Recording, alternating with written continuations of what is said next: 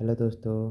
तो आप सबको पता है कि बीटेक फर्स्ट सेमेस्टर का एग्ज़ाम का डेट आ चुका है और 2 दिन बाद एग्ज़ाम होने वाला है, जिसमें पहला एग्ज़ाम क्या है, मैथ का है। तो मैथ के एग्ज़ाम का कुछ इम्पोर्टेंट टॉपिक से डिस्कस कर लेते हैं, जिससे आपको एग्ज़ाम में बहुत आसानी हो और तुरंत एग्ज़ाम का प्रिपरेशन जल्दी और तुरंत रिवीजन हो पाए। चलिए तो कुछ इंपॉर्टेंट फार्मूला सबका देख लेते हैं। जैसे कि पहला क्या है, rank of augmented matrix equal to rank of A equal to number of variable. अगर तीनों इक्वल हो तो इसको क्या बोलेंगे, यूनिक सोल्यूशन बोलेंगे। और दूसरा कंडीशन क्या है, rank of C equal to rank of A, number of variable से अगर कम है दोनों, लेकिन rank of augmented matrix rank of A दोनों अगर इक्वल हो तो इसको क्या बोलेंगे, इन्फिनाइट सोल्यूशन बोलेंगे। और तीसरा का क्या है, rank of C not equal to rank of A, यानी रैंक ऑफ आर्गुमेंटेड मैटर और रैंक ऑफ ए दोनों इक्वल अगर नहीं हो तो इसको क्या बोलेंगे, नो सोल्यूशन बोलेंगे। और दो टॉपिक ए हो गया। और जैसे यहाँ पे देखिए, ए और ए ट्रांसपोज इक्वल टू आई बराबर ए ट्रांसपोज ए, तो इसको क्या बोलेंगे, देन ए इज ऑर्थोगोनल। और दूसरा वही में क्या आता है, जैसे कि A dot A theta equal to I equal to A theta dot I, then A is unitary matrix. ये दोनों कंडीशन बच्चों सबके दिमाग से निकल जाता है और ये ऑब्जेक्टिव में देखा जा सकता है दोनों।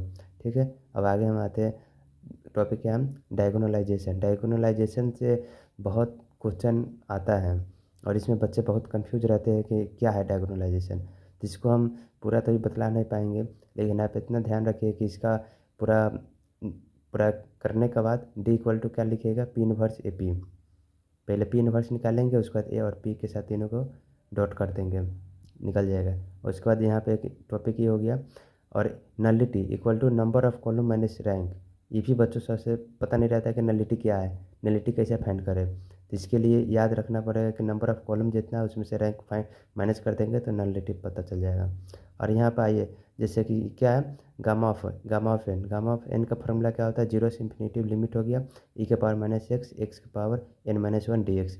ई याद होना चाहिए, क्या है कि डायरेक्ट आपको ऑब्जेक्टिव में भी मिल सकता है।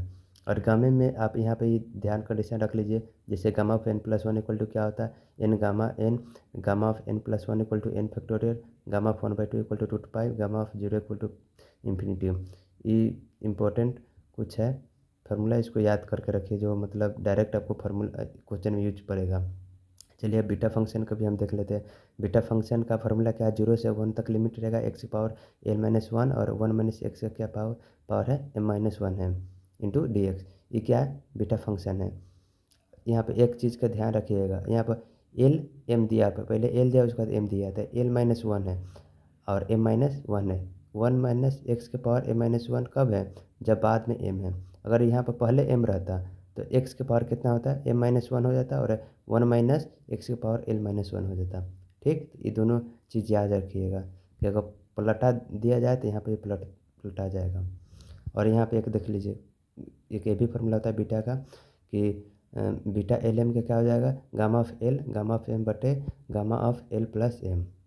और एक क्वेश्चन ये बीटा फंक्शन का बहुत इंपॉर्टेंट क्वेश्चन है, इस साल हो सके तो इस क्वेश्चन आ सकता है, 90% चांस है कि इस क्वेश्चन को एग्जाम में देखा जाएगा।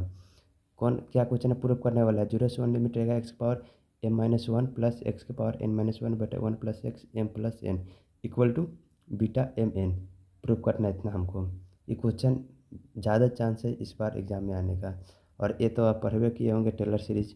टेलर सीरीज़ की एक्सपेंशन ये है जिसको याद करना इम्पोर्टेंट है, इससे 7 मार्क्स का आपका क्वेश्चन देखा जा सकता है। टेलर सीरीज़ के बाद मैकलेन सीरीज़ ये सब आता है और ये एक्सपेंशन है कुछ फार्मूला का, अक्सर बच्चों को याद नहीं रहता है और इसमें और चीज़ का एक्सपेंशन होता है, लेकिन इतना याद कर लीजिए फार्मूला बहुत काम आएगा। तो धन्यवाद बच्चों।